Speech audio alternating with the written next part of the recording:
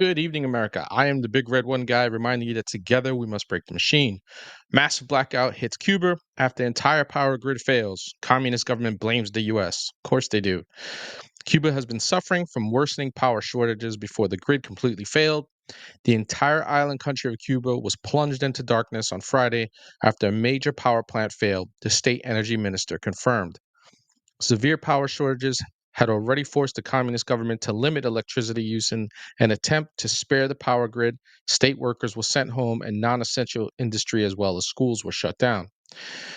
This must be from a tourist. We went to a restaurant and they had no food because there was no power. Now we are also without internet. Despite the last ditch effort by the government, the Antonio Guterres thermonuclear power plant near Havana failed Friday, though officials did not say what led to the failure. It's fucking catastrophic. The blackout has affected about 10 million people in Cuba. Prime Minister Manuel Marrero blamed the worsening energy situation on deteriorating infrastructure and U.S. embargoes that hindered the country's efforts to obtain spare parts and fuel. The complex scenario is caused primarily by the intensification of the economic war and financial and energy persecution of the United States, said Cuban President Miguel Diaz-Canel. A spokesperson for the White House National Security Council denied the accusation.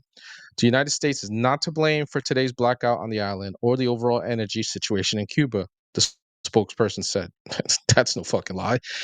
The blackout is also affecting tourism in Cuba, as shops and nightclubs were ordered to close. We went to a restaurant, they had no food because there was no power. Now we are also without internet, said Carlos Roberto Julio, a tourist from Brazil. In 2 days, we have already had several problems. The power plant was named after Antonio Guterres y Holmes, a communist revolutionary born in Pennsylvania, who died fighting to overthrow the Cuban government in 1935. A fucking American citizen. I didn't even know that. I just learned something new today about that. That's amazing. So it's important to understand, America, that we obviously have no fucking sway in Cuba. Okay, we Obama opened up fucking Cuba for tourism and everything like that, from for people to go to Cuba, right? So like you had Jay-Z and Beyonce and everybody going out there. He some of the sanctions we had against Cuba, Obama fucking rolled them back. All right, and listen. The Cubanos are deep in our country. They suffered a lot, okay, under communist fucking persecution. What you need to understand is communism goes back into like we think of Fidel Castro, but communism was taking root in that country in like 1920s. It was like a big start of that, right? That was when the revolution actually truly started, when you look at it from a historical point. All right, and this whole blaming the US and everything like that for our infrastructure, how the fuck do we have anything to do with their infrastructure? They still do business with other countries, okay? But it's because they milk the shit out of their fucking people. Okay, I know people have been touting their healthcare system forever, like it's the fucking best on the planet, but it's actually absolute trash. It's only good for people with money and tourists, right? Because if you go into the in El Campo, you'll see people that there's no healthcare for them, no doctors, no anything like that. All right, so they've been getting help from the Russians forever. All right, going back to the Soviet days. All right, the fucking Chinese take their boats and shit like that, and Havana's the fucking port of call for the Chinese right now, for their navy and stuff like that. So you know th- there's a whole bunch of other countries from Latin America that do business with them and everything. This all falls on the Cuban government not taking care of the people, and that's the price of communism. All right, because in communism, it's supposed to be about the people. It never is. It's always about the elites, how much money they can take in. They got rid of all their fucking smart people. All right, when they took over, they were imprisoning and killing teachers, okay, doctors, nurses, you fucking name it.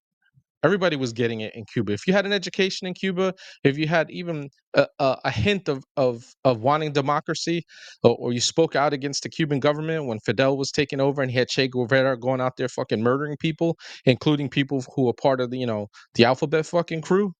All right, especially if you were part of the alphabet crew, you were getting murked. All right, so this falls on the Cuban government. Communism fails everywhere that it's been tried. It's a living example right here, Cuba and Venezuela. All you have to do is look at those two countries to see how socialism and communism works. All right, so it's sad. I feel bad for the Cubanos in that country. Um, I wish they would have. I wish I wish the so-called elections, because they don't have fair elections there. Okay, would have helped them. They had some glimmer of fucking light in the last couple of decades, but it's just communism is so rooted in that country. Since fucking Fidel Castro, that it's really really tough for the people there.